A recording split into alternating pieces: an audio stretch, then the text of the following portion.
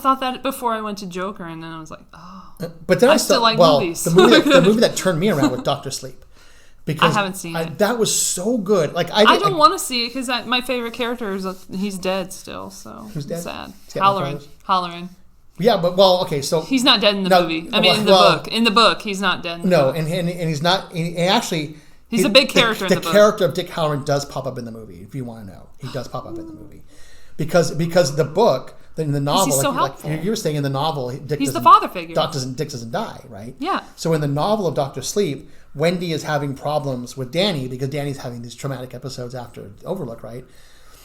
So she keeps in contact with Dick because Dick helps him work with the Shine and helps him like understand how to control these. Wait, he's alive in this one? He's alive in the book. Oh, right. Okay. In the novel, Dr. Yeah, Sleep, I know. That's why I'm so confused. Right. So that's what I'm saying. In the novel, this is what happens. So Wendy keeps Dick on hand to help Danny. And Danny talks to Dick through the Shine and also in person a lot. So sort of like, because what happens in the book is the ghosts from the Overlook followed, because in the book, the Overlook Hotel is destroyed. Yes. So the ghosts have nowhere to go. So they follow Danny back to wherever he is. And it's a pretty good ending in The Shining. Right. And so they have him, so they're hunting him. Basically, he goes in the bathroom, the ghosts are there. So he's terrified. So Wendy contacts Dick, is like, how can you help him? Yeah. So Dick goes to Danny and says, look, I had those ghosts chasing me too from when I was a kid. Mm-hmm. I had this grandpa who was like, because what Stephen King does in the book is he establishes this creature, these types of creatures that feed on the Shining. Oh, so they follow the Shine. People have the Shine around and they haunt them and they steal the energy and eat it from them. Mm. So Dick tells him, I had this uncle who was really horrible to me growing up. He abused me, molested me, like did all these horrible things to me. He's like, and then when he died, he kept coming back and like taking this energy from me. He's like, so I had to learn how to get rid of him. So he learned to lock him in these boxes in his mind. Oh, okay. So he teaches Danny how to do that. Okay. So that's how Dick pops up in the book. How's that gonna happen in the movie? Well, you want me to tell you how it happens in the movie? Oh, it's gonna piss me off. Is it gonna be windy or some shit? Dick's a ghost.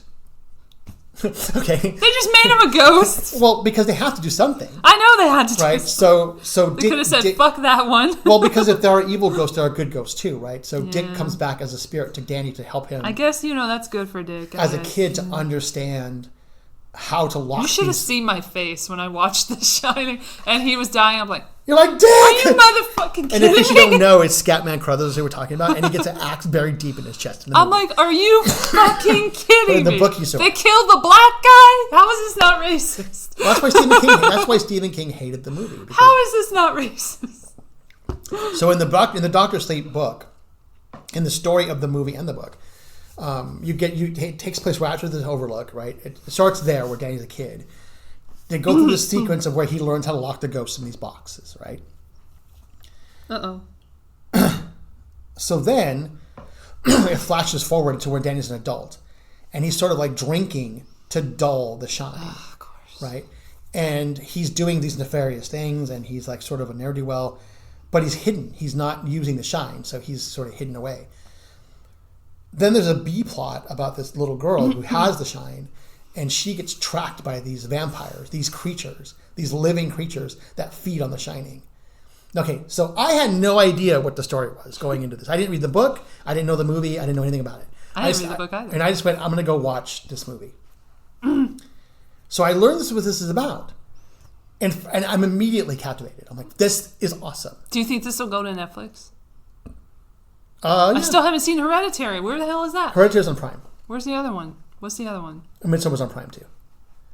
Hereditary and Midsommar are on Prime. Those are both $5 rentals. I was trying to think of the other one. Midsommar. Oh, yeah, and then Your Name is nowhere. Fucking can't find it. No, that probably, you'll probably never see that. But I'm sad because it looks so good. That's an anime? Yeah. Yeah. I really want to see the animes pop up. And someday I really want to see Akira because I've never seen that. Akira... I would love to see it. I've seen Paprika. Akira should have a re-release when the movie comes out. Because Taika's doing the movie. So it should come out when he starts to do the movie. You're going to see Akira come out. Is he going to cast Scarlett Johansson? No, he's casting Asian actors. Speaking of which... They were going to cast... Hey, that would have been funny because he actually knows her. I ruined my joke. I want to say they dated. Did they date or something? That helps. But anyway, so Dr. Sleep, definitely worth it. Definitely my top 6 movies of the year. Like, I loved that movie so much. It was so... I saw it 3 times in the theater. and I'm getting ready to buy it because it's so good. Getting back to Scarlett Johansson, she's nominated for Best Actress in a Leading Role against Cynthia Erivo for Harriet, Saoirse Ronan. That's for Little Women. Yeah, no one cares. Charlotte Theron, Bombshell. That could be the winner. And Renee Zellweger. Renee Zellweger. I think it's coming Renee and Charlize. It's not going to be Scarlett Johansson for that performance. No, because I think they just like the gimmick of Scarlett Johansson being nominated for 2 awards. That wasn't her best performance. There was one part where I was like, I know she's acting. Like, I know I'm supposed to know. I didn't see it, so. Like, I'm watching the scene as an actor, and I'm like, I can tell. Like, this is like a really good acting scene. Like, I don't want to be a dick, but like, this would be like something that you would put up as a scene in a scene study class. Right. And people would be like, great job. Yeah, I think Charlize... But that's not what that entails. I think Adam Driver did more with his role than she did. I think Charlize stands a good chance of winning that because I think even though it's about Megyn Kelly and it's about Fox News, I think people see it as a brave role nonetheless. So I think she could have a good... Oh, you're watching Sabrina? Yeah, that's a good show. No, I'm not. I'm just on Netflix. Oh, I like Sabrina. So then there's the actor in a supporting role. There's not male or female actor and actress here. Tom Hanks, Beautiful Day in the Neighborhood. I saw that movie. Instead of A Beautiful Day in This Neighborhood, which is what he fucking sings because that was a Mandela effect and they're just fucking with us. Thank you a lot. I saw that movie. For that title. And, didn't you find it? Did you see it? Yes. I saw as much as I could stand. I watched his performances. I watched the whole thing. But it's... He's barely... Not even about Mr. Rogers. Like, barely in it. It's a really mediocre it's not about him. sort of domestic drama. And, yes. And not even a good one. No. Nothing about that movie affected me. Nothing about that movie. The only thing that affected me was how creepy Tom Hanks was. He was creepy. And I don't think that was the intent. No. But I always found Mr. Rogers kind of creepy anyway. And yes. I went into the movie with an open mind. I was like, I'm gonna. I was literally looking at his Wikipedia. And I was like, "There's nothing bad about this guy." No, like because I could think of so many things that could be a situation with him. No, I mean his gay life was probably like alcoholism long or some dead, shit. And like I don't know, but they like cleaned that shit up. I think at most he was gay. Like that, at most he was bisexual. Like I don't think he was Maybe, a pedophile or anything. Oh like no, that. no, I'm not saying that. I'm saying like he did alcoholism, like drug addiction, that sort of thing. He did take his clothes off in front of kids every day, but.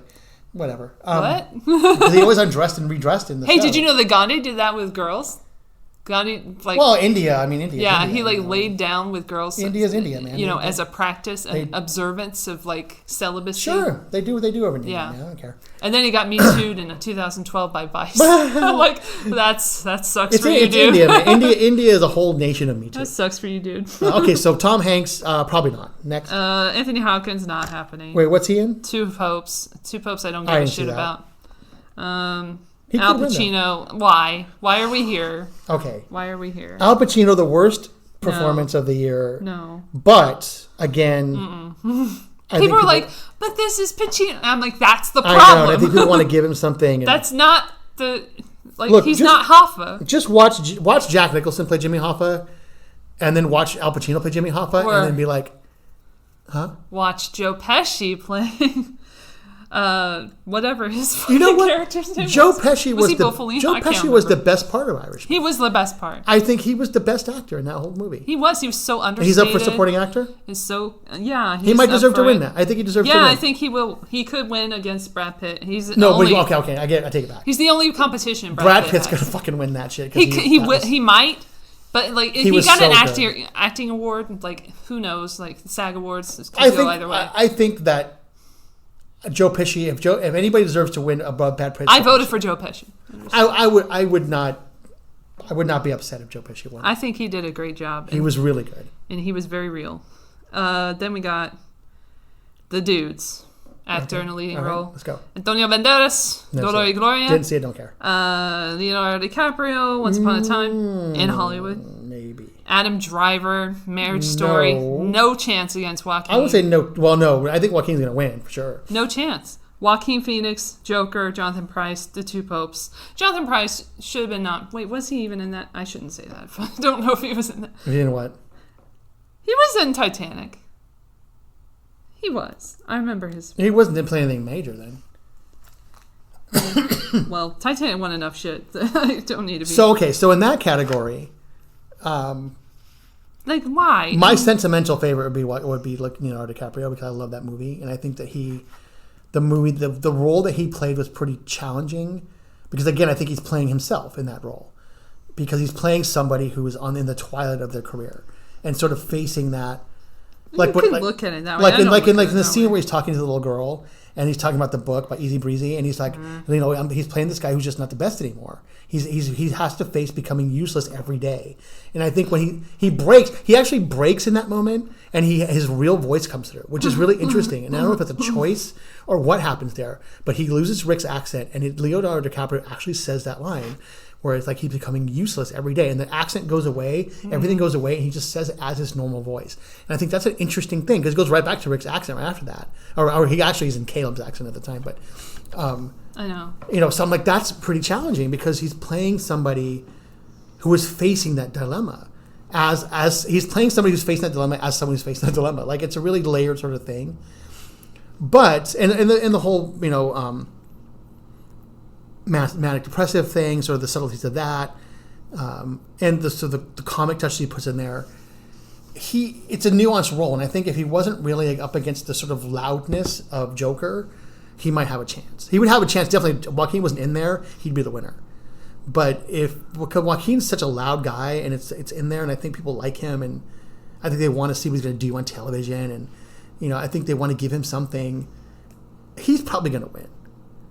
If he doesn't win, I think Leonardo DiCaprio should win. I think the sentimental favorite would be something like a Jonathan Pryce, who's never won anything, or whoever the other ones were. I mean, it would be a good speech if he wins. I think it'd be funny if no one voted for either of the people, and Adam Driver won. I got him wrong. He ain't in that movie. Anyway, then you got Scooch. So we did actors and actresses. We haven't done the picture yet. Picture. All right, we're on picture. Picture in picture. Okay, why is Ford versus Ferrari? I mean, I like it. Because it's just a movie. But, like, they just wanted to put a bunch of movies. No, I think this year they had a hard time. It was a hard time. I mean, picking movies that were... It's easy to come up with 5, though. Like, they could have come up with just 5. Well, they wanted to do 10, though, right? I know they do, but they did 9, so... Okay, so let's look at it this way. Ford versus Ferrari is another... But then they have that whole backlash against them because of like, oh, but you didn't nominate Little Women's director. For what did she do? Neither did Taika. Taika didn't get directing either because he's nominated for Best Picture. No. And you cannot nominate 9 pictures and 9 directors. It's only 5. Yeah. Y'all need to fix that. That ain't my problem. Well, and I think that Greta Gerwig got a nice bump with Lady Bird. Yes. And it was something she didn't deserve. But got, because... Do you remember the ending to that movie? I didn't see that movie. So, I should give it to you to watch. I don't want to watch it. It's on Netflix, too. I could watch it if I want to. I just don't okay. I'm not into those kind of movies. Like, Coming of age, like, based on a true story. No. Women pandering to women movies. I'm not into that. Oh, no. I don't think it's like that at all. It sure seems like it. And if you watch it, it's not. But it loses its way, for sure. I think I might watch Greta Gerwig's, like, 5th or 6th movie, like, mainstream movie. Maybe. Did you see Frances Ha at all? No. Yeah, I saw it. Another movie. too many people. That one's a little more woke than that. I'm very picky about the movies that I watch that are recommended to me, and I have to see. I ain't recommending it. I'm just saying. No, I'm just saying, like, I have to see who's recommending them to me, and I have to think about who that person is and like what they watch, because very few people recommend movies to me that they think I'm going to like. They recommend movies to me that they like. And that's not how if I recommend a movie to you, it's not because I like it. It's because I think you're going to like it. If I don't think you're going to like it, I'm going to say it. Honestly, I wouldn't have mentioned Parasite if I didn't think you would have some enjoyment. That's like my friend, who's a good friend of mine. She saw it and she really liked it. She didn't tell me what it was about. And I got done and I said it was so boring. And she's like, I could have bet money on your response. I'm like, hey, look, if you thought I was going to hate this movie, that's why I said, why didn't you say something to me?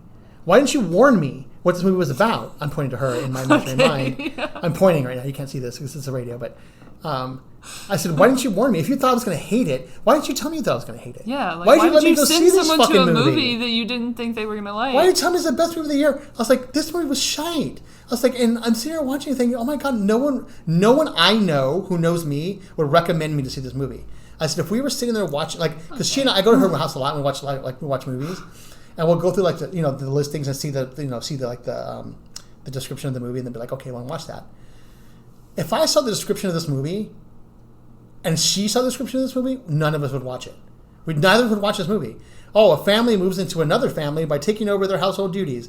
Okay, so like I would never watch this movie in a million years. It's just not something that appeals to me. I just here I'm sitting through it. So whatever.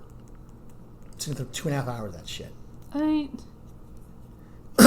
But well, if people had said to me, and I don't think anyone did, but like, Attack the Block, you're gonna love that movie. Oh my gosh, it's so good. This John Boyega guy is really good in it.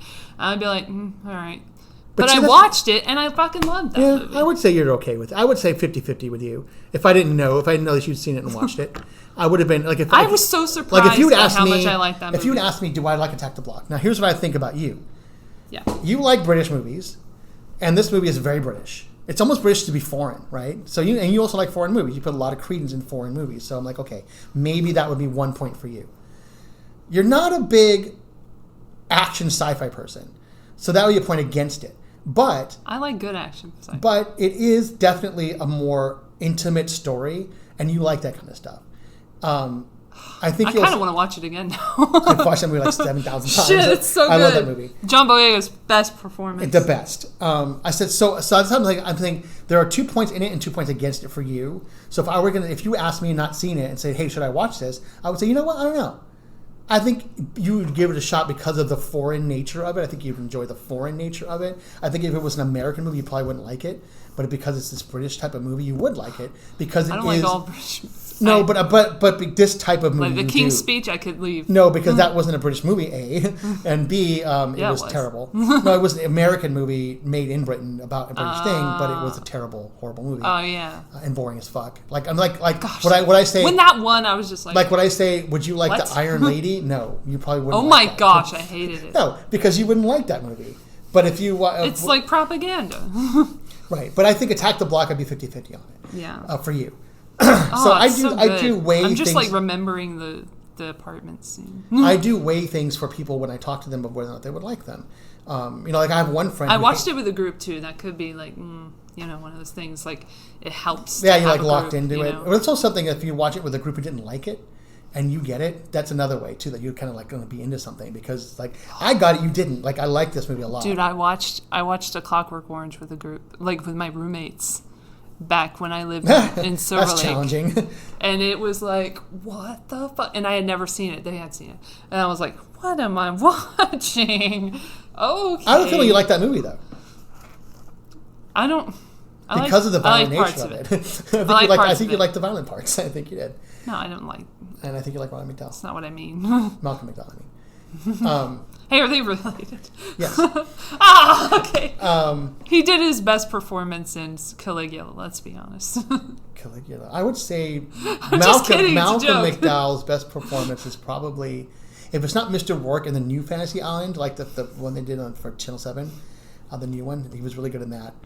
Caligula could have been good if it weren't for that damn Bob Guccione ruining everything with his Penthouse Pets.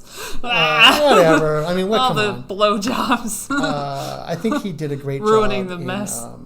Fright Night. No, that was Roddy McDowell. I don't know. I get mixed up. Okay, so anyway, what's the next one? Oh.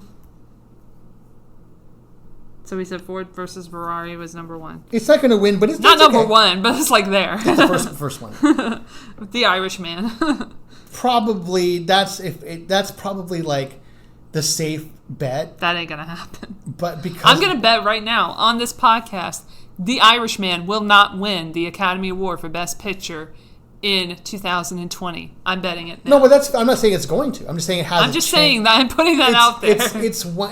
I don't believe it will happen. It's in there for a chance, given the pale slate of these movies.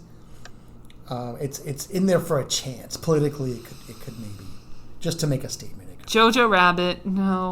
Probably not. Sorry, Taika. It could. Because as Kate Winslet said in Extras, you go Nazi, you're going to win. So it's possible. It's possible, but not likely. Joker. Probably not. Not going to happen. I think Todd Phillips stands a better chance of beating. I will say right here. I will say right here again. Joker will not be the Best Picture winner of the Academy Awards 2020. I am putting that on Probably the record. not. Probably It will not happen. Probably not. I think Todd Phillips has a better chance of winning director than it does Best Picture. But I think, Little Women. that would be the choice to go with if you just don't want to be political at all. And just kind of give it to a woman. Amy Pascal. I thought she had a downturn there, but I guess she's she, back. She put out... she's back. She put out something big this year. She's not with Sony anymore. No, she is with Sony. What? She got back with Sony? She has her own production company now. Pascal Pictures or whatever. Okay. And they put out something big this year, too. It was like... Little Women? No, it was different. Bigger than that. I forget. It was like a big movie. I was like, really? That Pascal Pictures? Wow. Damn. And she had a hand I guess she didn't burn any bridges. She had a hand in... Well, no, she protected her. She was protected there. But she had a hand in Once Upon a Time, too. She knows some shit. I bet she knows some shit. Oh, she knows every shit. She's as bad as any Harvey Weinstein. Yeah. Okay. Anyway, fuck you, Amy Pascal.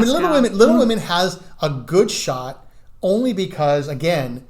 If you just want to throw it, if you want to give it to a woman, if you want to do it, I'll say it again. Little Women will not win Best Picture. Someone's got to win, Elle. Academy Someone's got to Awards win. 2020. Moonlight won. I don't think it'll happen. If Moonlight could win, Little Women could win. What if it'd be like, okay, 1917, and they all get up there, and it's like, sorry, it's Marriage Story. See, now I will say right now, Steven Robles says 100% in 2020 at the Academy Awards. Fucking Marriage Story will not win the Academy Award. I agree. Marriage Story will not win the Academy Award for Best Picture 2020. Cut to Oscar Awards. Night, both of us. Whoa, we're a winner Marriage Story. What the fuck? Pound. All right, next. Okay, I just killed the mic. No, I didn't. Okay, cool. 1917. 1917 is what I like to call it. You know what? It has a benefit of having come out very recently. And it won an award before it came out. Well, I know. They do that sometimes. I know, but so it's very fresh. Fresh. It is something definitely new. It is definitely affecting. No, it's new. It's definitely because it's succeeding. I'm not saying it's trying. It's campaigning. They're doing a big campaign. Because I think they weren't expecting the reception it got. I think they were sort of saying it's coming out later. People are going to give it sort of a downturn. It's a downer movie. Sam Mendes used to be married to Kate Winslet. Isn't he still married to Kate Winslet? Used to be. I thought he was still married to her. They are not married. He used to date Madonna too or something, right? Didn't everyone? Yeah. Like Tupac dated Madonna. Oh, I think he got Ritchie. Never mind.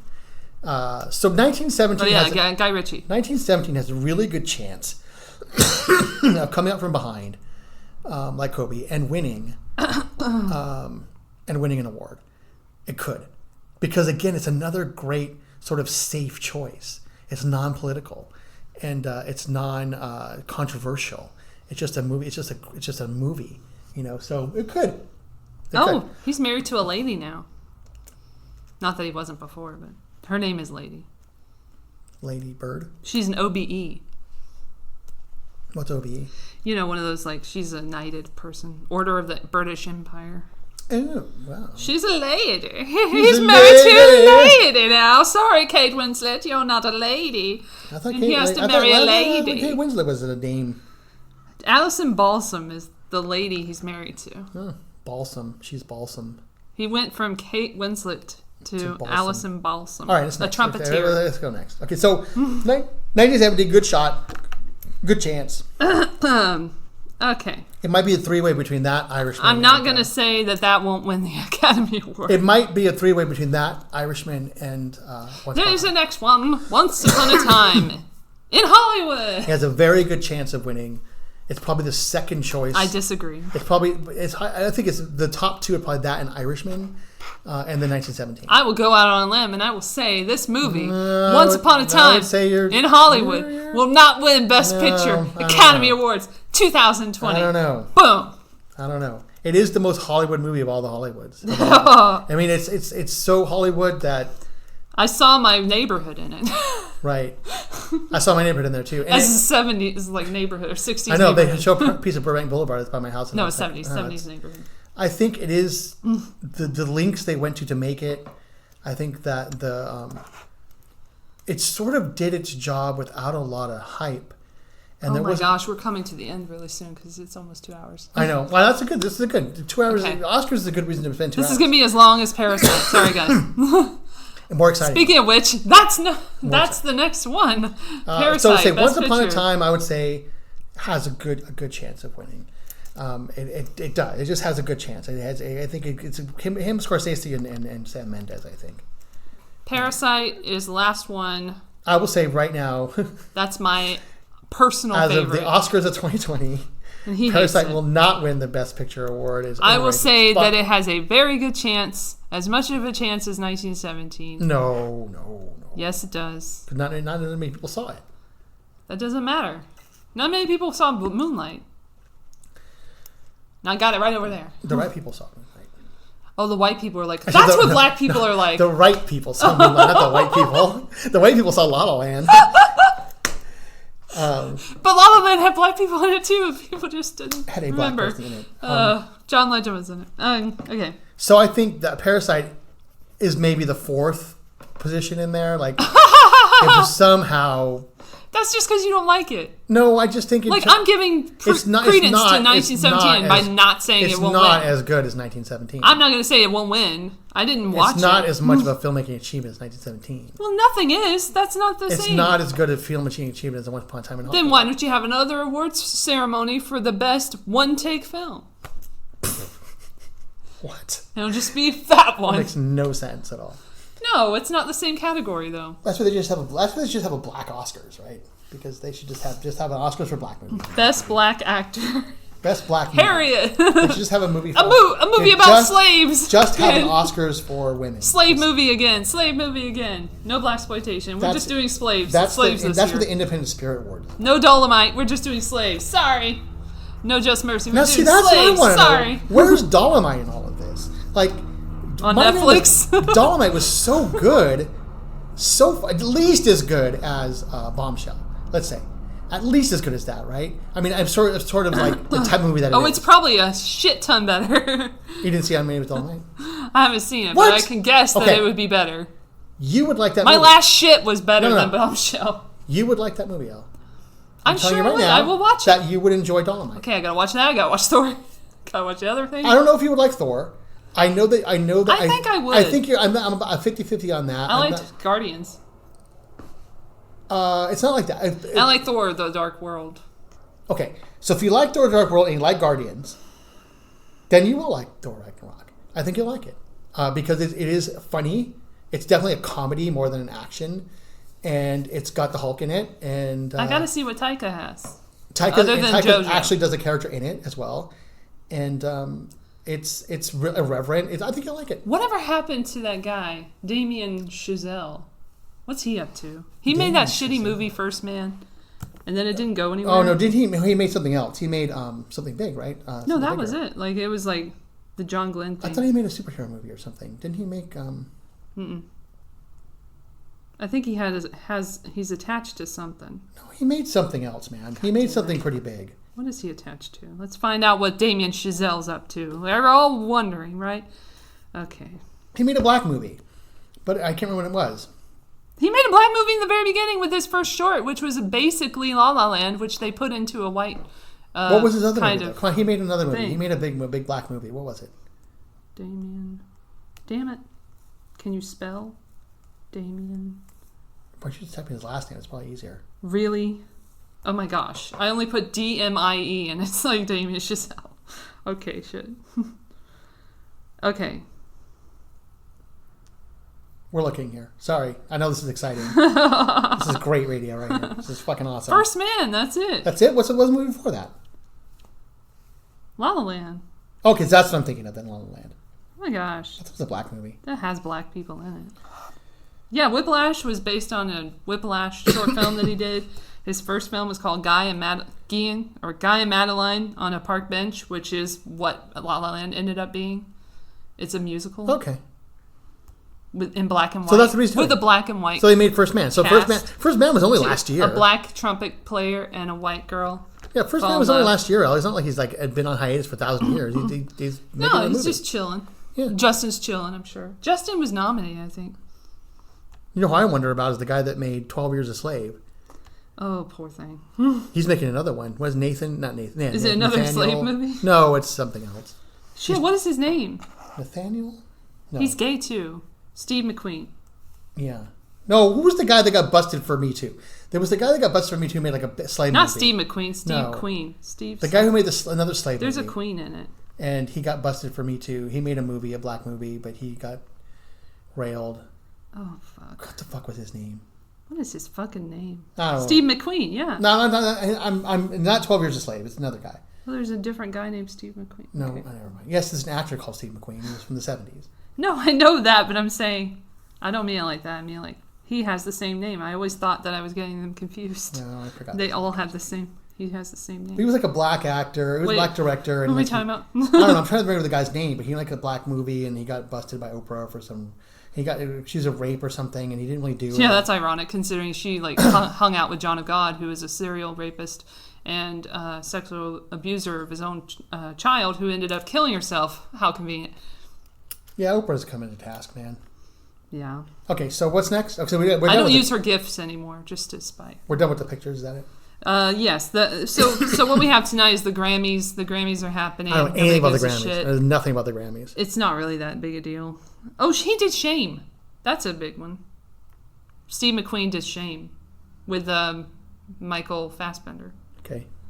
That was his big claim to fame. Now, are there any movies that came out this year, Elle? Because you watch more movies than I do. Did you watch any movies this year that came out that are not nominated that you thought should have been? No. But I haven't really been on it. I've been kind of like just watching what I have to watch. That's why I was like, I don't think I'm going to like anything. I think I don't like Hollywood anymore. I just can't enjoy anything. But there were some shows. So Barry, I really enjoy.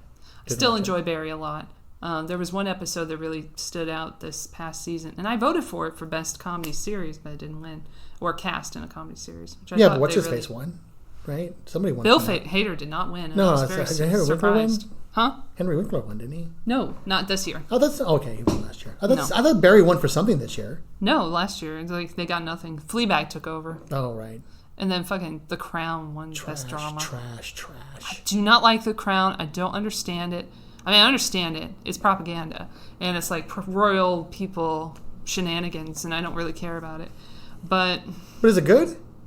But is it good? No. I don't think so. It doesn't hold my interest. It's very boring. Well, like Downton Abbey, where it's like, Downton Abbey was like, I don't think it's everybody's cup of tea, really. Not to make a British pun there, but it was good. It had its moments. I mean, I watched it. I was like, this is pretty good. It had some interesting shit to it. I mean, even like, I don't even like The Handmaid's Tale, but it has more shit going on in it than that one. I've watched pitifully few TV shows this year. Fleabag was okay until the end, and it just kind of like did a cop out. I had zero interest in that.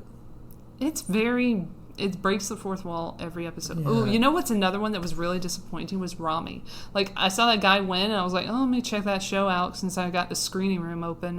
What was it? Rami, Ramy, about Muslims living in, like, whatever city they're supposed to live in. Was that on a channel? What is that? I think they live is that in on cable? What is that? It's on fucking Hulu. Oh. This dude won an award for Best Actor, and really? everybody's like, huh? And he's like, I know you don't know who I am. You don't watch my show. And I did, and I was like, oof. This is like a knockoff of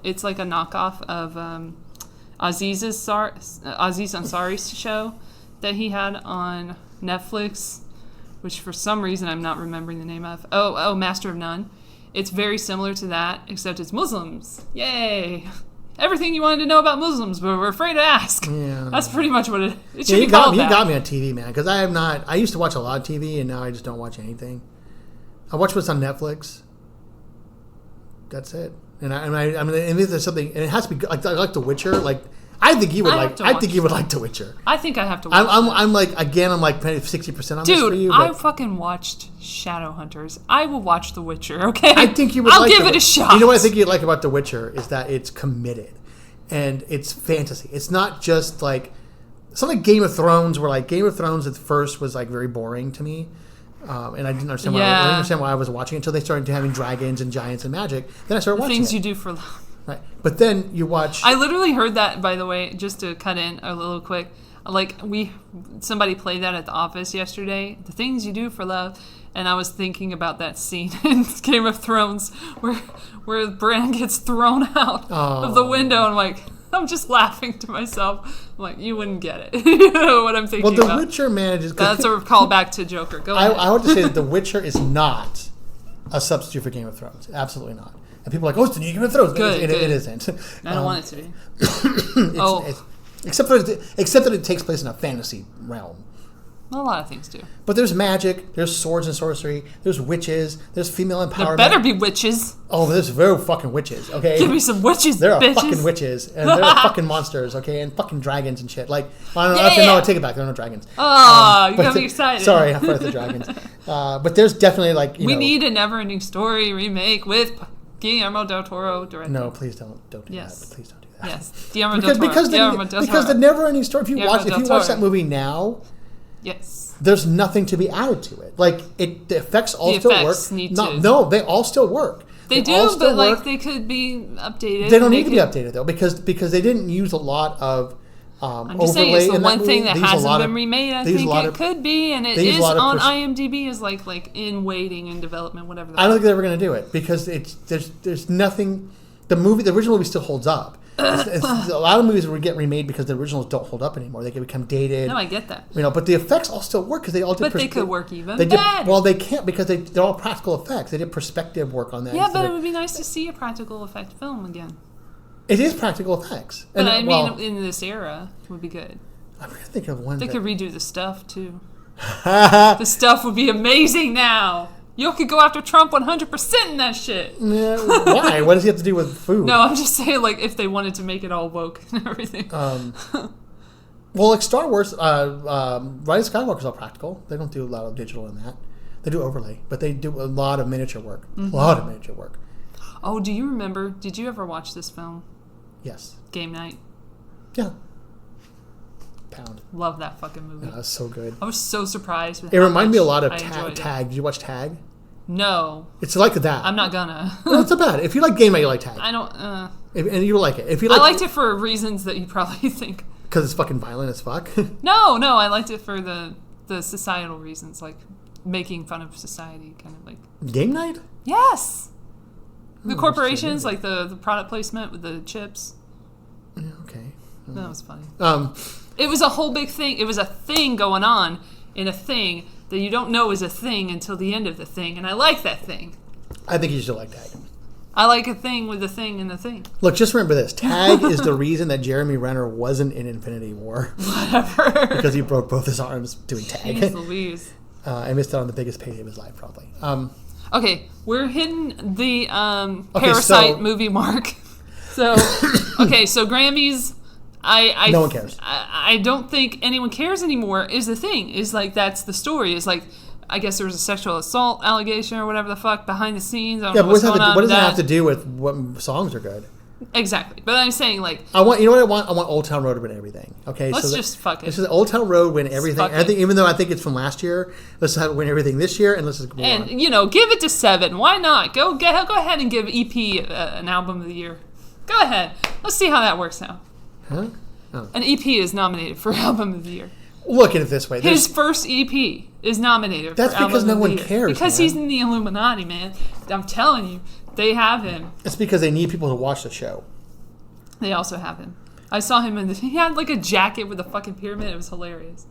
It was it's like a joke to these It's like people. A gangster thing now. Yeah, it is. But the Grammys are done because no one cares about music anymore. There's so much music available. And neither do the music people behind the scenes. It's not. Well, they care because they make money doing it, but. Well, they care about clicks and they care about Spotify. That's what's. Well, and that's it, right? And there's so much music. I think there's so much music available now that you can't create a public buzz like you can with movies. No. Right? Because I'm thinking Terrence Malick had a movie come out this year, but I can't stand Terrence Malick. But in any other year, he would have been nominated for an Oscar just because. But his movie got lost in the swamp of movies that there's just no way. Now, it's possible it could be considered next year because it did screen in January, so maybe it just didn't make the cutoff. But I'm thinking, where's that? Where are those guys this year? Where's all that? These movies are very popular that came out that are nominated this year. So it's not like that with music. With music, Eminem just dropped an album for no reason. Like, you can just do whatever you want. Yeah, it's so Wild West, and I think There's now such a big playing ground. Right, and I think people just don't care because music is so subjective that you can't. And it's becoming the thing where like it's being a trend where it's like you do whatever the fuck you want on any track, and you don't even have to have a genre. Just do whatever. And you only get to be sort of in the public eye if you're huge. So like Taylor Swift, exactly, Ariana or Grande, Madonna, Ariana Grande, like these younger Justin fucking Bieber with that mess he came out with recently. Justin Bieber. Hashtag yummy baby pictures. That's not going to go back and haunt you at all. But it's too hard now, I think, to do anything with that. And most of the people that are huge are white people, and so it's hard to like Billie Eilish bring that in, right? I don't have a problem with her. But she's white. At least she brings something new in. I remember seeing her on Jimmy Kimmel thinking, wow, that's kind of interesting. I kind of like that. And then watching her skirt with being overexposed. Like, she's close, but she hasn't quite hit the overexposure mark yet. She's still kind of on the thing. Now, she's doing the Bond song for the next Bond movie, which I'm okay with, but that's going to push her into the realm of a different level. And I think that's what the Illuminati wants. I think you're going to see her take a break after that. I think you're going to see her definitely, like, diminish. Oh, shout out to Juice WRLD, who died of an overdose. Who nobody knew who the fuck he was until he died. Nobody could have guessed that he died of an overdose. Like, no, what? That was so surprising. Black rapper surprising on drugs? is when Jeffrey Epstein hung himself in his cell with like paper. With his paper cloth or just a robe like or his the fuck paper he was wearing. sheets and. God damn! And a wire. Oh my god! I fucking hate people so much. Sorry, that just came out. That just exploded, Elle. That just came out of me. I just don't like. I didn't know who Mr. Lil Peep was until he died. Lil Peep died? Yeah, and then Mac Miller has a new album that he totally was going to release anyway. I'm thinking of little something else. You're worth more dead than alive in this business. Good. That's how it's always been. To me. Remember Sitting on a Dock of the Bay? He had died before that. He died. That was his last song, and it was his biggest hit, Otis Redding. And he died in a crash. And the lyrics are like, this loneliness will leave me alone. And then he's like, he said something about, like, he basically killed himself at one point. Like, I'm going to die or something like that. Okay. No, he does. Don't. It's fine. We can look it up later. Sitting here, resting my bones, and this loneliness won't leave me alone. 2,000 miles I roam just to make this dog go home. Okay. Oh my god. Wasting time. Elle loves conspiracies. Looks like nothing's gonna change. We're back. See, everything remains the same. Elle loves conspiracies. She loves them. I can't do what 10 people tell me to do, so I guess I'll remain the same. I don't know. I bet if I put Sitting on a Dock, it'll come out with the lyrics. I bet it will. Yeah. No chords. Oh yeah, Ty Rowland. Tim Time Bomb? Who's that guy? I don't know. I don't know what that is. Again, exciting radio here. While I was looking up lyrics to a song that is completely irrelevant to anything we're talking about. Wasting time. I'm not crazy. You are crazy. That's why I like you, though. That's why we're friends. Oh. I left my home in Georgia, headed for the Frisco What are we Bay. doing here? What's happening? I had nothing to live for. Looks like nothing's going to come my way. Right, so he leaves and goes to the Bay. He's dead. But and he's in the bay because he's dead. He's in the What bay. the fuck? All right, now you're pushing it. I'm saying he died. I sensed another YouTube video coming out of this one. Why doesn't he have a biopic? He's so important in history. I don't know. He wrote Respect. Give him some respect. He makes those pies. Give him some respect. Didn't he make those pies? RESPECT. Find out what it means to him. Or his mom made those pies, the Mrs. Redding's pies. Oh, I don't know anything about pies. They're pies you buy in the store, like 25 cents. He was such... So what's next for you, Elle? What's going on here? What's next? Are you okay? I mean, you know, it was recovered the next day and the lake was searched. Ugh. Why are we on this? Because of KobeBryant? Oh, there was another... Okay, I just kind of happened upon this information about this Korean actor. No, let me tell you what happened before I got here. I forgot to tell you this. I meant to tell you this when I first got here. So I'm going to catch the bus, right? And the 212 is going first in front of me, right? It's going in front of me. I look in the back to see what number bus it is, so I can see if 666. It says Kobe. The buses say Kobe. Dun-dun-dun-dun-dun-dun. Why would they do that? Because of KobeBryant? They're going to take away the number of the bus? That's Kobe? insane. That's how this false idol worship works. God, just so terrible. Well, I was gonna say there's this guy in Korea. He's a younger actor. He was in a show recently that was kind of popular, not super popular, but popular. Love with Flaws, and he played a gay guy. I don't know if that's not relevant, but like that was his draw. Like he played this gay character and he came out and blah blah blah. He ended up dying. He was discovered by his manager in Korea, South Korea, and the family came out and said they didn't want an autopsy. So we'll never know how he died. His name is Cha In-ha. Why do you think he died? I don't know. That's fucking weird. Drug overdose? It's fucking weird. Like that. But didn't like 3 other Korean people and die? he died 2 weeks after that other chick. Yeah, and then someone died just before her too. Because I think here's what I think. I think there's a drug going around in Korea that these people are taking their jingle jangle. Or no, just put fentanyl or something like that. Just something American that they want to do. And but you don't think it's like there's abuse in the industry as well, like throughout the K. I imagine in K-pop and the actors community in Korea, it's probably harder to deal with than it is here in America. Because look at Justin Bieber, for example, right? Justin Bieber started as like an 8-year-old genius, and he was like doing all this stuff. He was a young kid. He came into the scene when he was about 12, 13, right? Started doing this stuff. Came 21, now he looks like he's 50 years old. Damn. But he's still able to sell concerts. In Korea, I don't think it can age that way. I don't think you're able to. I think once you start looking older, then your time's done. And I think that these people, that the Korean stars get a little bit worked up over it. And I think that they try to keep going and going and going, getting as much as they can get into these youthful years that they can possibly do, and they can't handle it. And this is what happens to them. Because, again, you can't be an old Korean pop star. He was like 20-something, like 28. That's ancient. 27 or 28. That's ancient in Korea. It's ancient in K-pop. It's ancient in acting because you have to look youthful. Yeah. They want them to look porcelain-like, right? Oh my gosh, the plastic surgery industry in Korea is boom. Well, because the Asian standard is porcelain skin. People don't know that smooth.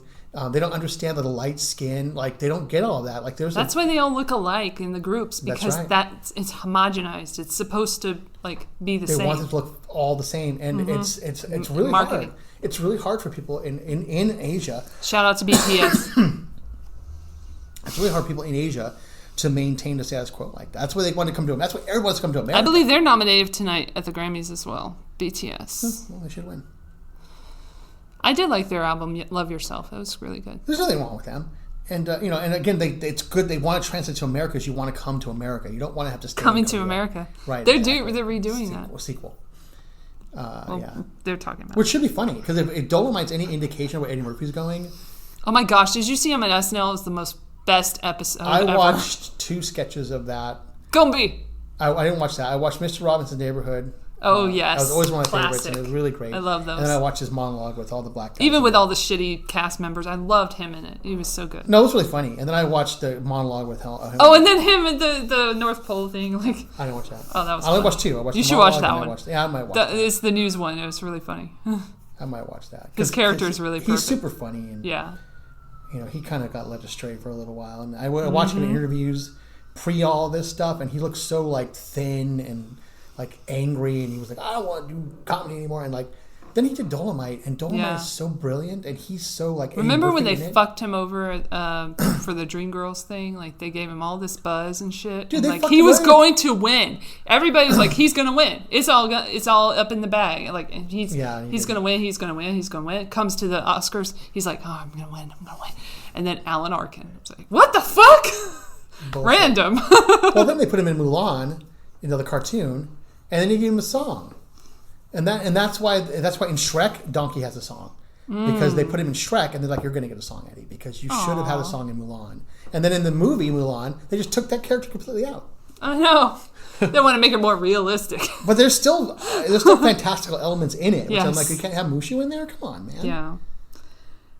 Well, I was looking back at the accident that took our great Otis Redding, and also took 4 members of this group called the Barkays. Yeah, the Barkays. They fucking died, dude, in the same accident. This is like the KobeBryant thing. And then one of his friends said he warned him not to get on the plane before the crash. Just like Buddy Holly. Allegedly.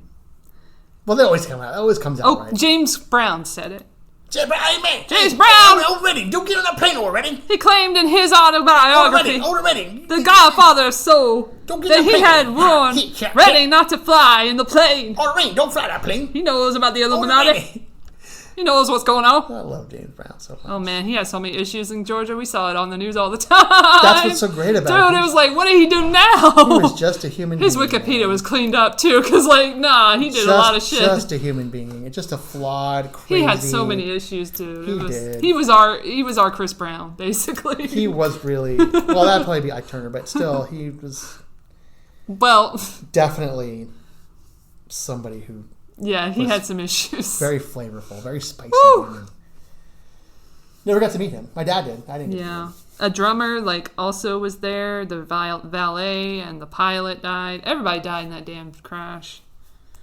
Plane crashes, man. Oh, plane crashes! Fucking the dudes from Lynyrd Skynyrd. What the fuck was that? But the album cover had like the flames. Do you and shit. That was so weird. Know that? Okay, so when that plane crashed, okay, the guitarist Leslie West. Yes. Lived. He survived, right? Yes. A couple of guys survived. He Yep. survived. Yep. He crawled, broken from the plane crash, crawled across a field, okay, to a farm. When he got to the farm, the farmer saw him and shot him with a shotgun. That's something. Because he didn't know who he thought he was. Just like he didn't know that a plane had crashed. He just saw this guy crawling in this field and shot him. Leslie West. Yeah, but Leslie West didn't die from it. He just recently passed away. But yeah, he got shot. He got shot by a farmer. That's luck right there. That's some bad luck. Bad mojo. After all his band died and his friends got killed, he got shot. Life's hard enough without getting shot. After getting crashed. After crashing in a plane and then getting shot. See, that's some crazy shit. If they did kill, allegedly, if that daughter of KobeBryant died, they don't even give a shit. They don't give a shit anyway. They're doing human trafficking all over the place. But that's it. He must have pissed some people off. If in fact there was something that happened. No, I mean he flew the same helicopter. It was his personal helicopter. He flew it to and from the games all the time. Yeah, and probably just an accident because it was really foggy this morning. It was a bit weather related, so it probably just. I think it was just an accident. But there's theories already on the YouTubes and everything, and I'm saying if that happened, then he would have to have been really deep into the cult. I don't think, and I doubt he was. I think anybody wanted to kill Kobe. I doubt he was. Nobody wanted to kill his daughter. He's not like Shaq. Shaq would be he's in the. Well, Shaq would never be in a helicopter. First of all, Shaq is untouchable. Massive. They ain't gonna kill Shaq anytime soon. Everybody loves Shaq. Everybody loves. They love that little shimmy shake. I just saw him in in a movie. I just watched a movie. Oh no. Called What Men Want. Oh, you watched that. You're the one who watched Taraji B. Henson. Okay. I love Taraji. You're the only one. I'm sorry, I'm a sucker for Taraji B. Henson. I love her. And Shaq's in that too. So it actually wasn't bad. I mean, if you watch the Mel Gibson version of that, I did, which I liked too. You'll like this one. It's not any different. It's just black. Like the time that they did fudge. Maybe that is one. No, I'm not. I'm thinking of another one. It had the St. Elmo's Fire people in it. It had Demi Moore in it. About Last Night. They did a black version of About Last Night. Oh yeah, they did. And I watched that. I didn't mind it at all. Yeah, I also saw Like a Boss. Although I don't think it's a smart thing to just keep making things and just switching up the roles like that. Whatever. Unless you're going to do it in a cool way. I mean, what men want. I think Death at a Funeral was a good one. I think that worked well, and I think Luke really helped. Luke Wilson was surprisingly good in that movie. What Men Want definitely was a different movie. I mean, it wasn't. It was more female oriented. It was definitely blacker, and it was not as horribly misogynistic. But I think about Last Night wasn't ooh, we're black, No, I think it was just. I think that's good. The story, and I think it should be about the story. Well, also it's a movie that, when I grew up, a lot of black kids loved the John Hughes movies. They loved the 16 Candles. They loved those movies. I think people got up and thought, we need a black version of this. You can't have black kids being like, oh, I love that last night. Like all these, like, okay, well, we really deserve a movie for you. You know. But then come up with your own thing. Well, but I can see the benefit of that. I can see why that would happen. Then why not an Asian one and why not a Latino Why not? one? You can just do whatever. That's fine. I don't care. Why not do that? That's cool. They make different versions of what that movie with the girl with the thing, the glasses. The girl with the tattoo. No, it's a TV show. She has glasses, and they had an ABC version of it too. What? What the fuck? Ugly Betty. So they make different. But that's in all different countries. Yeah, but I mean, so they do that. So that's a different thing. That's in every country. Like so why not make it about last night for every country? People, Latinx, as they say now. They made an Asian version of it too, but you know, there's a German version too. Yeah, so there's versions of all these. There's a bunch of I've watched a lot of them. Different versions. But that's different. That's more of an area kind of like a regional kind of thing. They made a Colombian version of Breaking Bad, and it's almost exactly the same show. But oh my gosh, have you seen that? Yeah, I watched all of it. It's hard to say. Metastases. I give it. Wait, it's metastasized. Metastasis. See. It was pretty good. I thought it was good. I thought it was cool to watch. Because they actually used the Breaking Bad subtitles for that show, though. So when you watch it, even though in Spanish they're saying something different, the subtitles are actually from the Breaking Bad show. That's weird. And I'm like, well, they just made subtitles for this. Like, lazy. Yeah. I liked it though. I thought. I watch a scum from like every country, like Norway. I watched the German one. I watched the American one. I watched the. There's a Spanish one right now. There's the French one. What's his friends? It's called Scum. Scum. SKAM. What's the American version? Norway. Scum Austin. It's in Austin, Texas. I never heard of it. But it's like a teen drama. But it's like very, very cool. Like Julie. Shit! I gotta go. A girl wrote it. Anyway, guess what I'm seeing today? Not Parasite. Fuck no. But guess what I am seeing today? But we've gone farther than Parasite in this no, I mean, episode. come on. You're gonna hate it. You're gonna hate it. I know I'm gonna hate it. Oh my gosh, Cats. I already saw that. Shit. Review. Emoji movie. Poop. God, I hated that movie so much. Was it better or worse than Emoji Movie? This movie... Wait, hold on. Someone's commenting on me. I'm commenting on you. Oh. In front of you. Sorry, I'm supposed to... Okay, so... No, guess. I mean, come on. It's a movie that's out right now. I don't know a lot about movies. But you know the movies that are out right now. You're not... Come on. You're not a hermit. You know it's out. I mentioned it earlier today. As somebody being in this movie to follow up on another movie. And you're like, wow, he made all these other movies. Now he's doing this one. Come on, Elle. I know you're not a hermit. I don't know. Fucking cocksucking, fuck-licking Doolittle. Oh, Dr. Doolittle. That's out now? Yep. Okay. I gotta go see that today. Why do you have to? Well, I have to see it. Okay, so I have a roommate, okay, Heather. And we both have AMC A-List, so we go to the movies sometimes twice a week. Shout out. Yeah, Thursdays and Sundays, because days she's off, so she wants to go to the movies. And so we go to the movies. And so Sundays, I usually say, whatever you want to see, we'll go see that. Because I have A-List, I'm paying for it, I want to go see a movie, let's go see that. So let's go see Parasite, because I could go see it. So that's what this was her choice, Doolittle. And she made me go see it, because I made her go see something a year ago. And we saw Doolittle was coming out, and she's like, we're going to go see that. I'm like, no, we're not. I'm not seeing that fucking shit. I know it's going to be shitty. Like, I just can tell you right now. Preview started to come out. I was like, no. She's like, why are you promised to see it? So I got to go. But it's good, though. It's good. We had a black one. Now it's time for a white one. I like that one, though. I liked the Eddie Murphy Dr. Doolittle. It was really good. And that's back when it was called Doolittle. That's right. Because he was... Mandela Effect. No, because the actual title is D.O. Little. Like, that's the name of the actual book. Of the book series is based on. But that's also a Mandela Effect because they did change it. Well, they changed it for Eddie Murphy's thing because it didn't make any sense to be Doolittle because he does little, but it's like, do you want it to be Doolittle? It was originally in whatever universe, Doolittle. Now it's Doolittle. It's a Mandela Effect. It's something. The original titles of the and books. My brother had a book that was called Dr. Doolittle. He had like an older version, and he said it was the same thing. Okay. That Dool. It's a thing. I'm not going to get into it because it's a Mandela effect. You have to look at it. You can look it up right now. Look it up in your own time. Look at British children's doodle. But I'm saying it would say that on it. It would say DOLITTLE because it's been changed. But that's the change. That's the name of the book. Now you're gaslighting me because I know I'm right because I grew up with that book and the movie was DOL. Produce the book. DOL. Okay, get the book from your brother. Bring it here and let me see it, and we'll both look at it together. Okay? That's what I want to do. Anyway, so that's what I'm seeing today. That's how I ended up seeing Cats, because that's what happened. Which wasn't so bad, by the way. It was okay. Yeah. See, there's like Mandela effects all over the place. You got YouTube videos right here.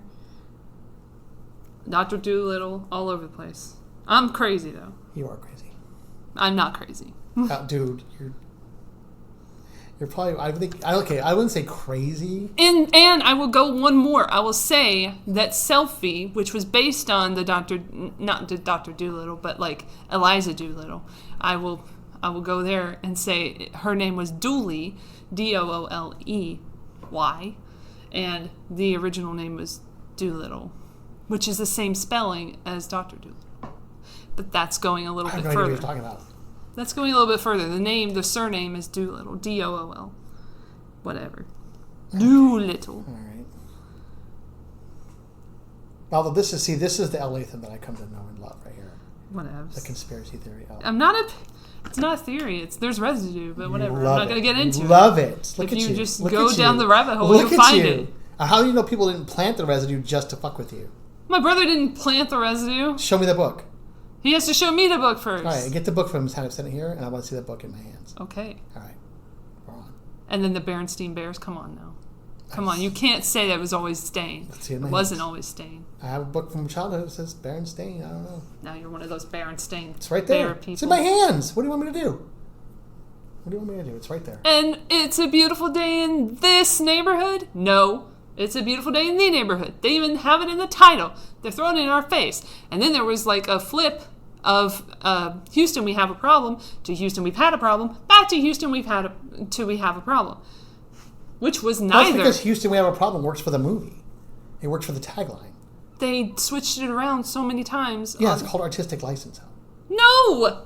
They didn't say anything about switching it around. And they even said in several articles, there were articles made from like BuzzFeed or whatever the fuck, one of these stupid media outlets would be like, you've been saying it wrong. It's not Luke, I am your father, blah, blah, blah. It's not this, it's not that. It's not, life is like a box of chocolates. His life was like a box of chocolates. And then they said, it's Houston, we've had a problem. And then it changed back to Houston, we have a problem. And they never changed that to say, oh, update, we were wrong. Well, and Kirk never said beam me up Scotty either, so... I'm just saying. And then there's this other thing I can't vouch for because I never saw the movie, but there's this little girl in this movie, her braces, I can't remember, Dolly's braces, I don't know what movie it is, but she has braces in the original, and then she didn't have braces in the original movie. What movie? Then people are like, what? I don't remember what the name of the movie was. Oh my god, dude. Why are you talking about things you don't know about? I'm saying, like, it's a reference. I gotta go. You're not having a blast? No, I am actually. I could sit here for 5 hours and talk to you about this shit. I don't know if anybody will listen to it. I would talk. Dude, I used to do a show. Let's Joe Rogan this shit. 3 hours a day, 5 days a week. Okay, I can talk. I can handle 3 hours a day, 5 Dolly's days a week. That's braces. not a big deal. God damn it! It's one of those Bond films. Something finger. A gold finger. Is that it? That's the name of the movie. Something Dolly's finger. braces. A Mandela effect. James Bond film. Moonraker. This girl. Oh, what about her? She had braces. Okay. She doesn't have braces anymore. That's the thing. She doesn't have braces in the movie anymore? No. She never had braces, allegedly. Even though she did have braces in a lot of these people who saw that movie's mind. Because they were around in that time and they saw it. And I'm like, what the fuck? So that's one of the biggest Mandela effects that are hard to explain. And there's the monocle guy with the on the Monopoly thing. What about him? He has a monocle. Yeah. He doesn't have a monocle. Not in real life. Never had a monocle. But he has a monocle in the film When Nature Calls well, Ace Ventura, when nature calls, when Ace Ventura is like, oh, that's a monocle guy. Like, he's like, literally, he said the Monopoly guy or something about this guy. See, I think they're confusing him with Mr. Peanut, because the Monopoly guy never had monocle. Because the only time they show him in the game Monopoly is in the center of the board, no monocle. And then when he's in jail, no monocle. And then when he's running, he's being dragged to jail by the cop, no monocle. And he is running, no monocle. And then he is on the money, no monocle. And it's not just that movie, there's plenty of other movies. But I could see where you might think he did, because Mr. Peanut has a monocle and he's very similar. Excuse me.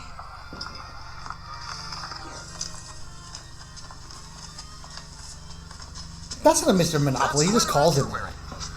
Perhaps I could get you some fluffy new slippers made from the heads of innocent and defenseless baby seals. Who is this? They're making one of those too. Man, Ace Ventura, pet detective, and you must be the Monopoly guy. Hey, thanks for the free parking. He has a monocle.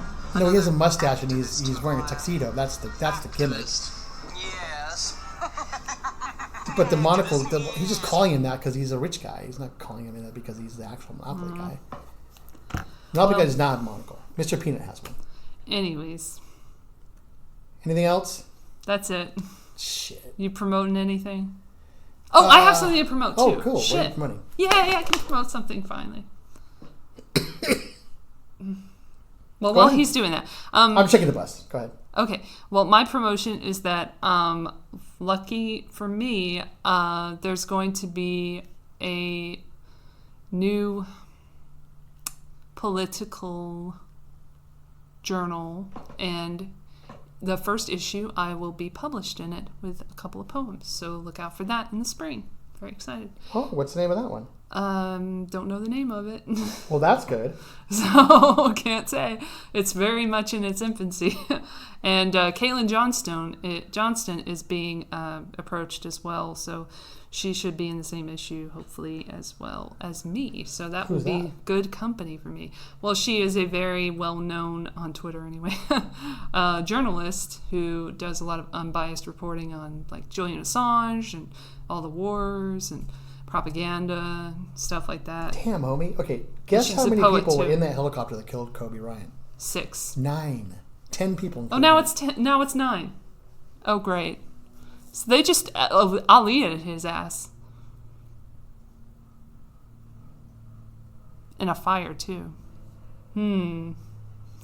Shout out to all of the virus creators who helped create the new strain, novel coronavirus, originating from Wuhan Institute of Virology, allegedly. I will put the sources in the show notes so you can look at your leisure at the connection between I believe you. the KobeBryant Institute I believe this nut job and of Bill yours Gates. Because I believe China did something like that because they're fucking morons over there. And but the WHO was also involved, so it's not just China, and France as well. So it's a very much a collaboration of a here we go. situation. I love this. Why don't you just do a show just about this kind of stuff?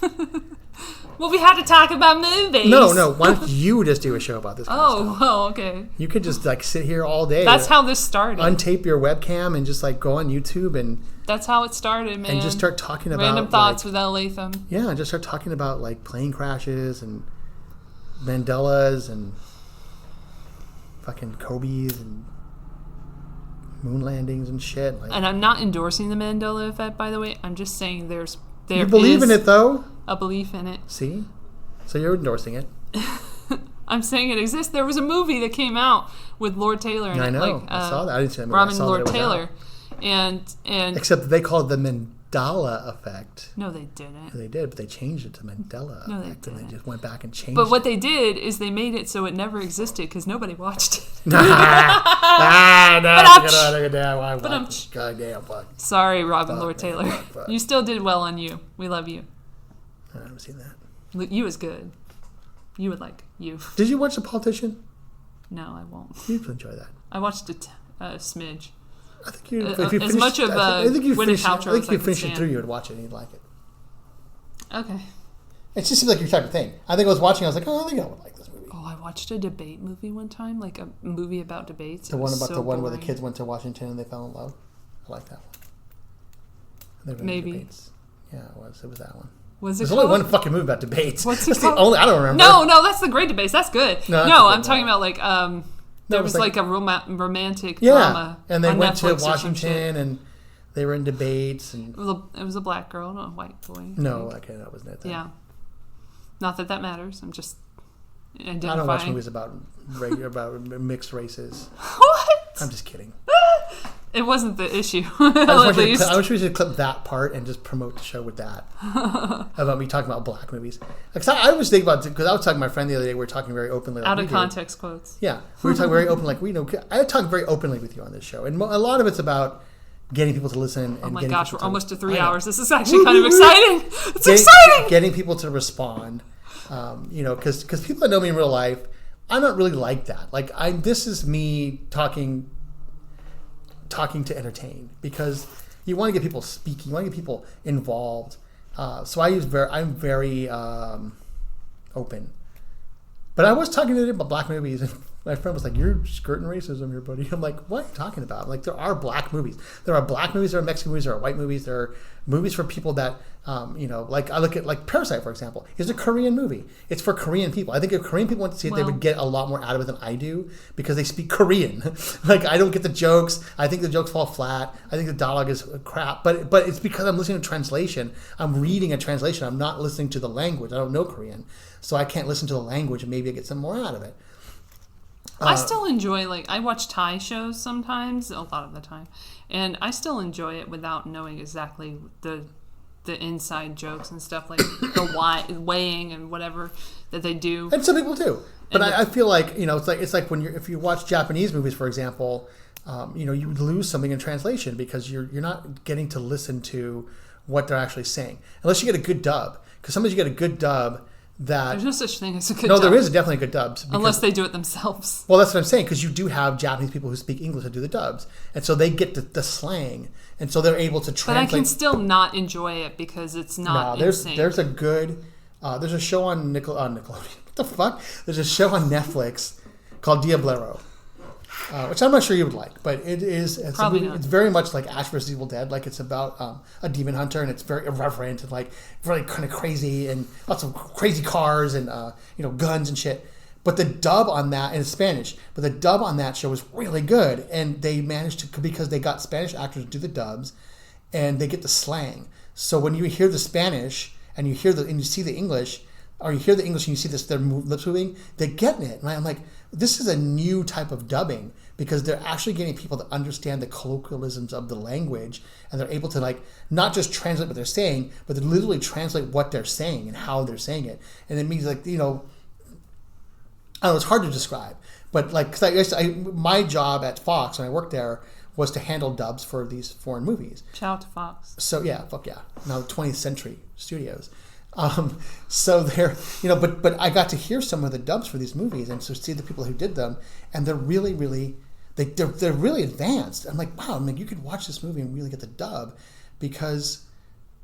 What do you mean? What do you mean by that? Is that it doesn't look like it's dubbed?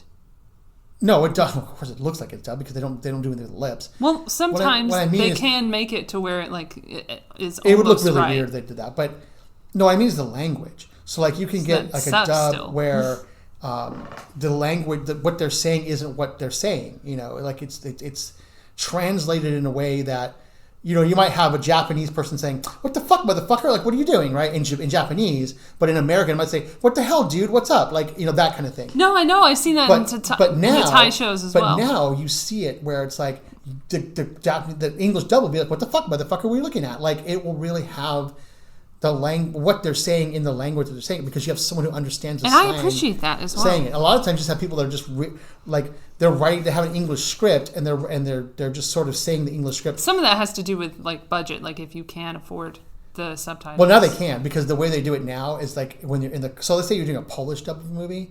What they do is they bring Polish people in, like they pay them money, like Fox, let's say, for example, will pay them money to come into a house for one day and dub like 10 movies. So they'll be there from like morning to night, just dubbing all these movies into Polish from listening to the language. So they don't do it from English. Like they actually do it, like they translate to Polish and they do it in Polish. So like they do it that way. Instead of giving them an English script or a Polish script based on what they think it might be, they're actually speaking the words that are in the script. I know it's hard to understand it that way, but it's not the way they used to do it. But now they do it this way. So you'll get more of a local flavor in the language. I still would prefer subtitles. That's just a personal preference. I'm used to it. But the subtitles are even worse sometimes, because the subtitles, like I was saying with the Colombian Breaking Bad thing, is that the subtitles will simply be the English script, pasted over the foreign dialogue. No, I know. I've seen some shitty subtitles recently. So the dubbing is actually getting a lot better, especially if they do actors from the country. Now, not good enough. What I don't like is like Studio Ghibli will do like American dubs of like their Japanese movies with American actors, like famous people, and they're just reading an American script. Like they're not actually translating from Japanese; they're just reading an American script. So that's kind of that kind of dubbing I don't particularly like. It's just one of those pet peeves that I have. Like, I have to have everything synced up with the dialogue. Like, I have to see the same words coming out of that person's mouth as I'm hearing. It's getting closer. The dubs are getting closer to that now, as far as the language. So, like, if you don't speak Korean, for example, the Korean dubs are reliable now because they're actually getting Korean people to do it, and they're not relying on like American voice talent to do it. They're actually getting Korean people to speak English to do it. And so I feel like that would take something away from this particular film, Parasite, because there's so much in the performance that is so special. And maybe you don't see it, but I see it. Well, but I'm thinking if I spoke Korean, it might make a bit of difference. You know, and I feel the subtitles in that movie might be unreliable because it doesn't sound right in my head. It doesn't sound like the translation of like the jokes, for example. The jokes aren't funny, but it's probably not funny because they're not. I'm not hearing it in Korean. I'm reading it in English, so the jokes don't work for me. Do you mean like the 38th parallel or something? Like no, I mean I understand that, but that's another joke I think is like lost on people generally. But it's like because they're talking about North or South Korea. Yeah, I know. But it's I don't know. I can't think of one. But I remember watching it thinking, okay, like if I spoke Korean, maybe this would make sense to me. But again, I don't want to get into it again. But I think the movie was just boring to me. Like it just was predictable and boring. It wasn't. I guess I feel like it could have been more like not more predictable, but like it could have gone a very American route where it could have been like seducing the wife or something like that. No, like there could be more going on than needed to happen. I think it is pretty much what it is. But I'm saying it could have been so much worse. In terms well, anything of like, could be worse. But I'm saying it doesn't go the same route that an Americanized film, I think. I don't know. I predicted all the things except for the people living in the basement, and that. But that because wasn't. You know Korean. No, it's just a trope. Like if you have a story about people who. There's not really a lot of tropes. If you have a story about people who do what they did. So, like, if you have a story about a kid, let's say, well, when they threw the party in the house, when they're in the party in the house, right? Everybody's in the house together. You know they're going to come home early. You know it's going to happen. There's no way around that. They're going to come home early. But they didn't do that immediately. They had the housekeeper come by first. But they did. But they started the bunker thing first. They didn't do that right away. Which to me was completely nonsensical. Like, why even have that? Like, what did that even mean? Why? Except to have some of the stuff that you see in the movie will make more sense after the series, according to Bong Joon-ho. Well, I don't want that. I want to make sense when I'm watching a movie. Like I don't want to watch a series. Well, it still made sense technically speaking. Like, not really. In the film. It was just a wacky thing to put in there to sort of mix things up. But I don't think so. I think it's giving them a chip. It's giving them the missile that they can lord that over the family. But it didn't matter because it didn't matter, right? None of that even it didn't. They took the phone away. Shit went awry. They hid. They snuck out. That was crazy. But it all turns like when kids throw a party in any sitcom. When kids throw a party when the parents are away, the parents always come home early. But do you understand? Like it's also using the script in such a way, like to show that visually, because they said at one point the mother's not the mother, I think the mother maybe called him. Yeah, mother called the dad a cockroach, like compared him to a cockroach, like he scatters, right? When Well, and they also said he smells like a boiled rag, like. And they ended up hiding. It affected him, right? They ended up hiding like cockroaches, like under. No, they like, did because when the lights they were cockroaches, but that again. Yes. But there's so much to it that's very literary in this film. You're assigning way more. I think again, if it's because it's a Korean, you're assigning way more importance to it. No, I'm not. Than you would if it was in English. Like, I'm really not. I just don't think like if it was an American movie, it wouldn't fly. Like it would just be another. It's a sitcom premise, so it's like. It's not. I don't elevate it because it's Korean. Like I'm not elevating it. I feel like if anything, I'm elevating it because it's Bong Joon-ho, and I expect a lot from him. I didn't even love the ending to Snowpiercer, so I haven't been super happy with him as of late. And then Okja was a bit disappointing as well. But this was better. At least Okja was like sort of what it was. Like it didn't. I don't think it tried to masquerade anything else than what it was, like an environmental thing. Like it wasn't. Well, this is about income inequality. This is not about anything much more than that. I guess it's about rich versus the poor and different perspectives. And don't you see the metaphors? Everything's metaphorical. No, I got it. So it's very metaphorical. It wasn't deep at all. It was right there. But it's like they go down to get to their house. They go up to get to the rich house. I understand that. There's a lot of it is very superficially symbolic. I get it. It was but that's also a Korean thing. That's fine and for Korea, but I'm saying it's not. I just I'm literate in film. Like I can watch a film and analyze it and get it. I got it. There's nothing I missed in the first try. I understood all of it. It's just I just didn't see. It's a good movie, but I don't see why it's so great. I just didn't understand that. There's another level of showmanship that's going on there that's selling this movie as something that it's not. And I remember watching it thinking, at least I expected it to be great, but it wasn't. It was just okay. Okay, it was fine. It was it's a fine movie, but it wasn't all of this. No, it wasn't all of this hype. It was like you didn't see The Lighthouse, but people were trying to assign all the symbolism to it, and I'm yeah, it's right there on the surface, man. It's not you don't have to dig in there for any symbolism. It's all right there. There's nothing I'm walking away thinking, wow. But sometimes that happens in a satire. This is a very satirical film. I agree that it's a satire. I definitely agree that it is trying to put things. It's a statement movie, but the statement is right there. It's not trying. It's there. There's no. I'm not going to sit around thinking, wow, where's the deeper meaning of that? I don't have to. It's right there for me. I don't have to. Nothing has to be explained to me because it's all right there. But people are assigning all of this symbolism to it. But I'm but it's all right there. I mean, I guess if you. Well, that's for dumb fucking American people. But that's what I mean. That's where it's at. That's why I don't watch those videos. Well, they're oh my gosh, the symbolism about. Well, I don't either. But people try to lay all the symbolism. That's why I think. Ford versus Ferrari, for example, is a refreshing type of movie because there's no symbolism there. It's just fun. It's just a movie, or I don't know. But sometimes symbolism. I guess Little Women's kind of like that too. Maybe that's why people like it because it's it's just a story. It's a story about these women, about the girls, and one wants to be a reporter, and they kind of meet you a little bit, and they kind of overlay this. I think it's just it's a Tarantino thing. He's writing about something he's really passionate about. But he always puts a unique twist on things. The man created a film genre.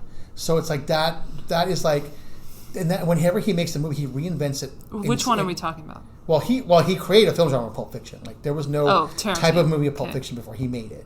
Reservoir Dogs is sort of like that too, but not so much. But when he'll take a movie, he'll take cinema, and he'll rework it. So every single movie of his has something new that gets added to it. Not this new one. Come on. Absolutely, it does. It revises the idea of sort of the... There's nothing new in this film. Well, then you just didn't see it. That's what I'm saying. I did see the film. It's like you and Parasite. It's the same thing. No, because I wanted to like that movie, and I wanted to like that one. I don't think you did.